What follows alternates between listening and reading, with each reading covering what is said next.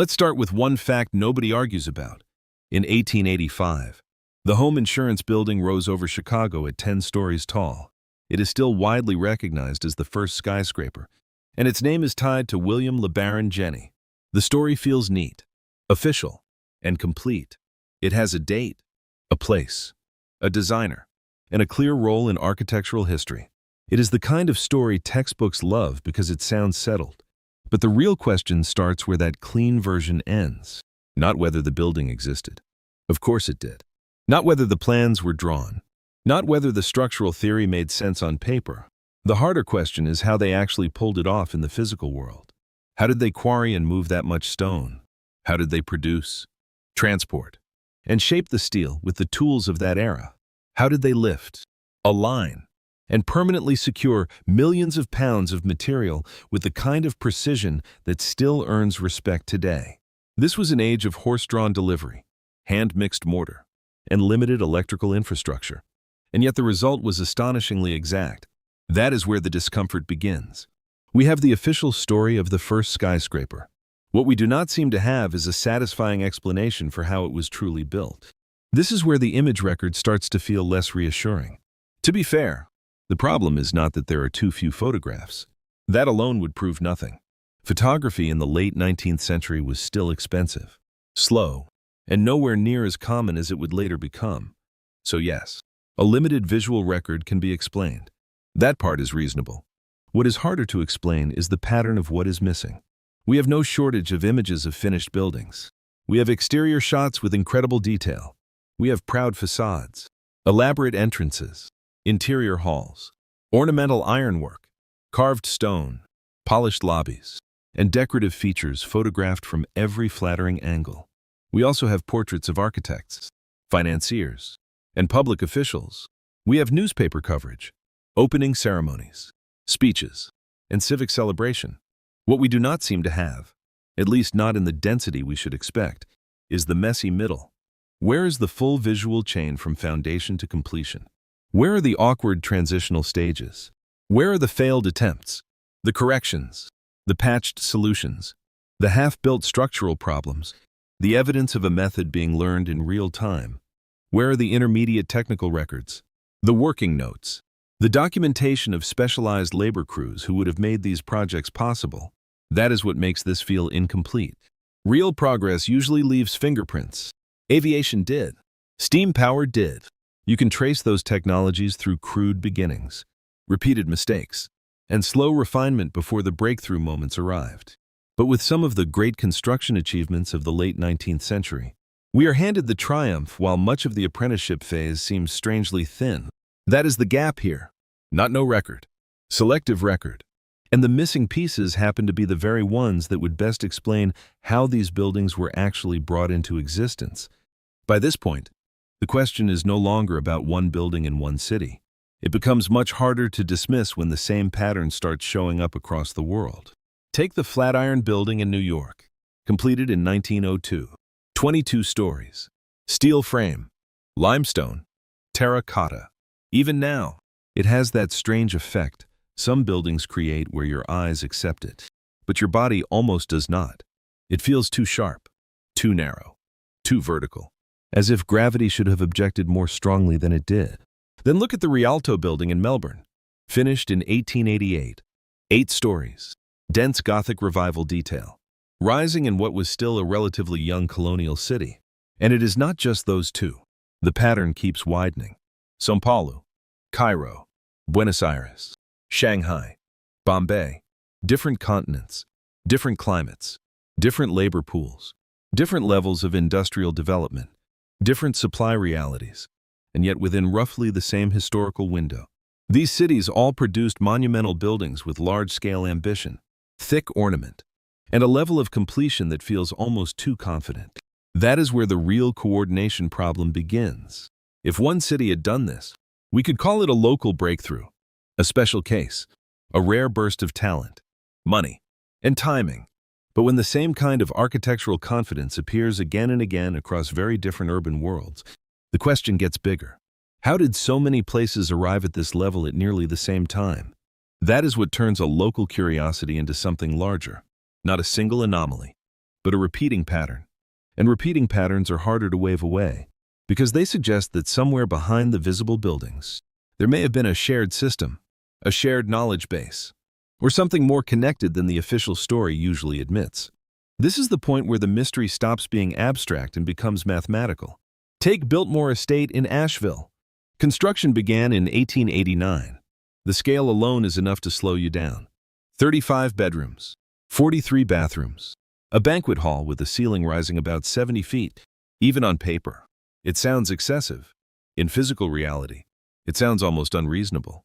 Then you look at the logistics. Indiana limestone had to be brought in from another state. The project required its own rail connection. And this was not just a matter of moving bulk material.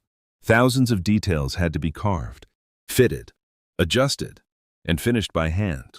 Not repeated factory pieces, not simplified surfaces. Unique ornamental work, again and again, across an estate of enormous size. And it was completed in about 6 years.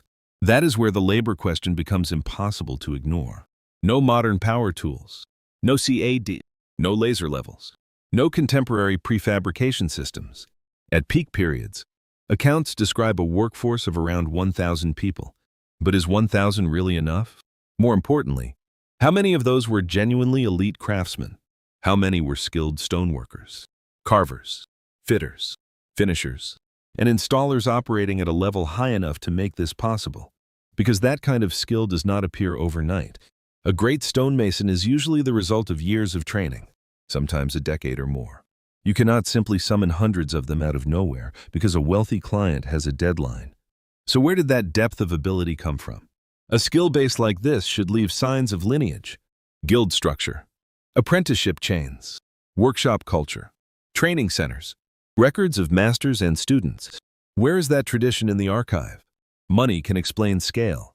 Materials can explain mass. But skill at this level should point back to a deep and visible inheritance. And too often, that inheritance feels strangely thin. At this point, a word starts appearing that many people immediately dismiss. Tartaria. In alternative history spaces, that name comes up again and again. And to be fair, it did not come from nowhere. Variations of it appeared on official maps well into the early 19th century, covering a vast region stretching from Eastern Europe toward the Pacific.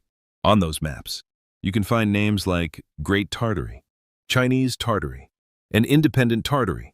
Now this is where I want to slow down and be careful.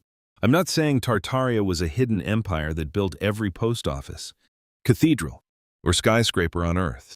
I am not claiming there was one secret civilization behind all late 19th century architecture. That would be too easy, and it would go far beyond what the evidence can support. But the name still matters, not because it solves the mystery, but because it points to a larger historical space that may be more poorly understood than we like to admit. If such a vast region was once labeled so broadly, what else in its historical record may have been flattened, simplified, or quietly erased over time? And if knowledge moved across that world through trade, migration, population shifts, and networks of craftsmen, then maybe some building traditions traveled farther than our modern categories suggest. That opens a safer and deeper possibility. Maybe what we are seeing in Chicago, Melbourne, or São Paulo was not the sudden birth of something entirely new. Maybe it was the late flowering of something much older, already in motion long before these cities claimed it as modern progress. So maybe Tartaria is not the answer. Maybe it is just a temporary label for a missing chapter, a name attached to a historical gap that has not been properly mapped. This is where the argument gets harder to brush aside, because now we are no longer talking only about scale, labor, or logistics. We are talking about aesthetic complexity. An ornament changes the entire conversation. If a civilization is still learning how to build at a new technical level, the first wave of structures should usually be simpler, more practical, more cautious, less decorated. You solve the structural problems first. You make the walls stand. You make the loads work. You figure out drainage, foundations, joints, fire resistance, and material limits. Only after that system becomes stable do you normally expect a culture to pour huge amounts of time, money, and skill into decoration. That is the pattern people would expect. But that is not always what we see. What we see, again and again, is that many of these buildings arrive already loaded with ornament at an astonishing level. gargoyles, grotesques, egg and dart moldings, rusticated base courses, polished granite columns, terracotta panels filled with leaves, faces, shields, animals, and mythic imagery. And this is not just surface beauty in the casual sense. Much of it is deeply integrated into the building itself. These details are not always easy extras added later. They are built into the design, built into the rhythm of the structure, built into the identity of the whole thing. That matters. Because integrated ornament suggests confidence. It suggests that the designers and builders already knew the limits of the structure, already understood what level of complexity they could control, and already knew how to coordinate decoration with load, surface, proportion, and material behavior. That is not the look of a system that is still stumbling through its first attempts. Take the Rookery Building in Chicago, completed in 1888. Even people who only know it from photographs can feel it. The ironwork is not hesitant. It is not experimental in a crude sense. It is intricate, deliberate, and mature. Or take the Library of Congress, completed in 1897. The building incorporated about 160,000 works of art, including sculpture, murals, and mosaics woven directly into the architecture. That is not what a civilization usually does while still figuring out the basics. And this is where the standard explanation starts sounding thin. We are often told they invented as they went. Maybe once. That works. Maybe for a single project. In a single city, under unusual conditions. You can accept that story. But when the same pattern repeats across major buildings, across cities, across countries, the phrase begins to sound less like an explanation and more like a cover layer placed over a deeper question. Because a society that is still experimenting usually builds rough first and beautiful later. These buildings do not feel rough first. They feel fully resolved almost immediately, as if the people designing and constructing them were not discovering the language in real time, but using a language they already spoke fluently. And once that thought settles in, the ornament stops looking like decoration. It starts looking like evidence.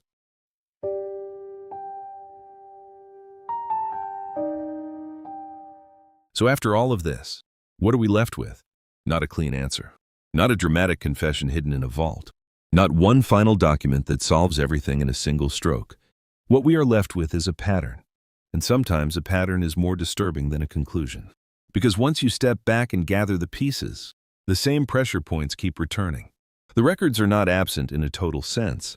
They are thin in a strangely consistent way. Construction photos often begin after the most important early stages are already over. The foundation phase is often unclear, underrepresented, or missing from the public visual story. First-hand accounts from workers are rare.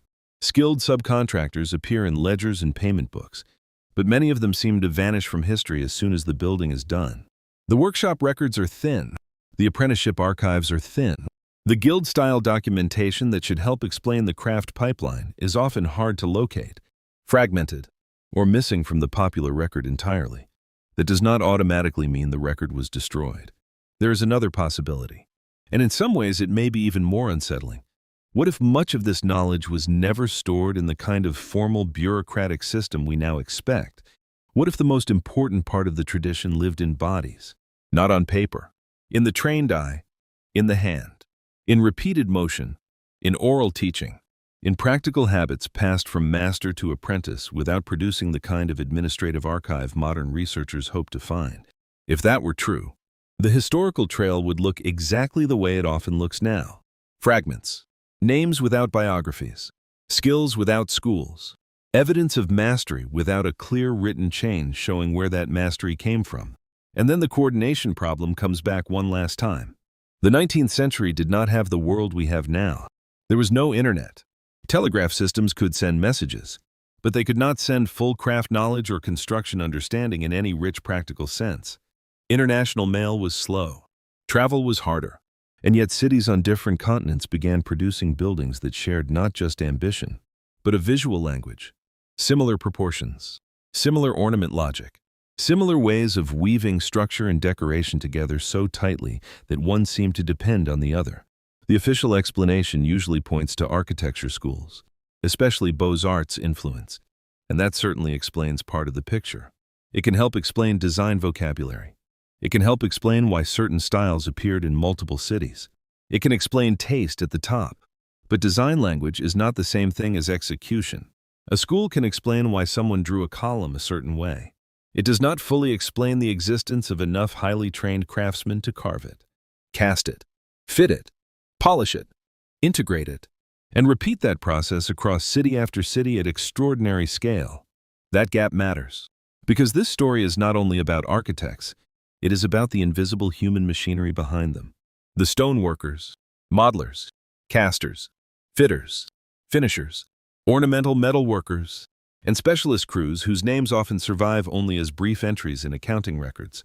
We see traces of their existence, but not always the deep institutional history that should stand behind their level of skill. And when a society forgets something, it rarely forgets it perfectly. That is another reason this topic refuses to die. Collective amnesia is almost never absolute. There are usually holdouts, fragments, regional habits, bits of folklore, local building customs, isolated communities that preserve techniques long after the official story has moved on. If there is a missing layer here, then maybe some of its traces still survive in places history has not fully connected back into the main narrative. Central Asia, Silk Road corridors, Eastern Europe, the Caucasus. I am not presenting those places as proof. I am only saying the possible connections remain underexplored and not fully explained. And that brings us back to Tartaria. By the end of this story, I do not think Tartaria has to mean a secret empire with a flag, a capital, and a single ruler. That version may be too simple. Maybe Tartaria is just the temporary name people give to a missing category, a lost repository of knowledge, a web of craft traditions, a civilizational overlap we have not properly mapped, a historical zone whose technical memory was broader than the official story now allows. That would not make it less important. It might make it more important, because the deeper fear here is not that a hidden empire once existed. The deeper fear is that a real system of knowledge may once have existed in plain sight, expressed in stone, iron, terracotta, and proportion, and that we no longer know how to fully read it. So look again at those late 19th century facades. Look at the carved surfaces. Look at the integrated ornament. Look at the confidence of the proportions. Look at what would have been required to make them real, not just to imagine them, but to execute them in the physical world. Then ask a harder question than history usually asks. Are we being given an explanation of the past, or only a description of it? Because those are not the same thing. An official record can tell you what was built, when it was built, and who received public credit, but that is not always the same as telling you how a whole level of capability appeared, spread, and then faded. And maybe that is the real silence hanging over all of this. They built things we still struggle to explain in practical human terms. They seem to know things whose training chains we can no longer clearly trace. Then much of that visible tradition declined, thinned out, or vanished into simplified stories about progress. If that is true, then the most troubling possibility is not that history is false. It is that history may be incomplete in the places that matter most. And if a whole system of knowledge really did disappear while the buildings remained, then what stands before us is not just architecture. It is evidence that forgetting can be structural, and that should worry us far more than any legend ever could.